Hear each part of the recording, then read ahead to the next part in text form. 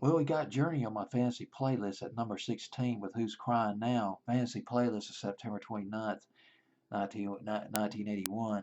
How you doing? It's Mr. DJ. Gonna cut a couple of videos tonight just due to time constraints. I might have to start earlier on doing these videos, but I got kind of caught up posting on my Facebook wall.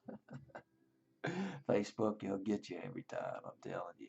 Journey, Who's Crying Now at number 16, fantasy playlist back in 1981. Journey was starting to pick up momentum big time in the early 80s. They had a couple of hit records in the late 70s. The first one that I really remember big time was Lights. That was in the summer of 1978. That didn't make top 40. Then a year later, in the summer of 79, Love and Touch It Squeezing, which went to was it number 11?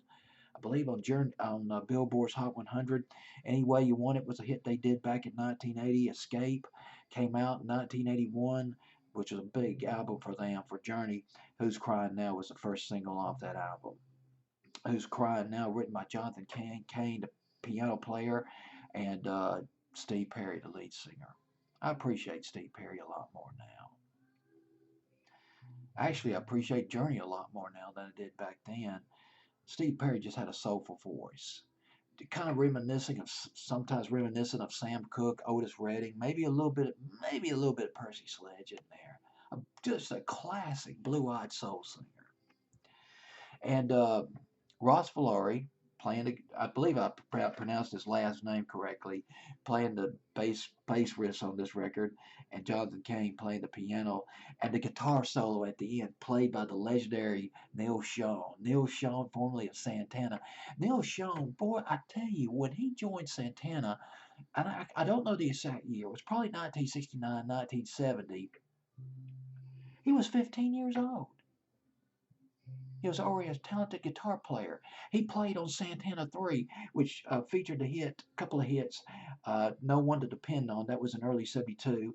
And Everybody's Everything was an awesome Santana record, although it wasn't typically Santana. It didn't have a lot of Latino flavor, Latin flavor in that record. It was a straight ahead rock and roll record. But Neil Schon, 17 years old, he played a guitar solo on that record. Everybody's Everything. This was one talented guitar player. It has been said that Eric Clapton had invited Neil Schon to join his band. Derek and the I can't pronounce the word, Dominoes. But Neil Schon, rather, he passed on it. Joined Santana. Was on Santana for a couple of albums, and then he formed Journey in 1973. Steve Perry came on as lead singer a little bit later on, but the basic lineup was in place by the mid 70s. And I believe I covered all the basics on this record. It went to number 4 here in the States. Oh, wait a minute. Well, I'll go to chart position in just a minute. I'm running ahead of myself. The guitar solo played by Neil Schon. Actually, it was originally, he came up with this experimental blistering, aggressive guitar solo to round out this record, like he did with Everybody's Everything. It's like, let's rock out on this record a little bit. It's that little juice, add a little testosterone on this record. But Jonathan Cain and Steve Perry, they said, no, this guitar solo is not going to work. Not on this record. It's too laid back. Let's ease up a little bit. Too much pedal on the metal. Ease up on the accelerator.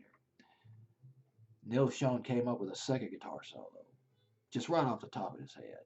There it is, the iconic guitar solo at the end of this record, Who's Crying Now by Journey. And did I give the chart positions that record? Well, it went to number 4 here in the States, but didn't make top 40 in England. Journey was just not as big in England as they were over here. Went to number 46 in Great Britain. But it's Journey at number 16 on my fantasy playlist, September 29th, 1981. Who's Crying Now?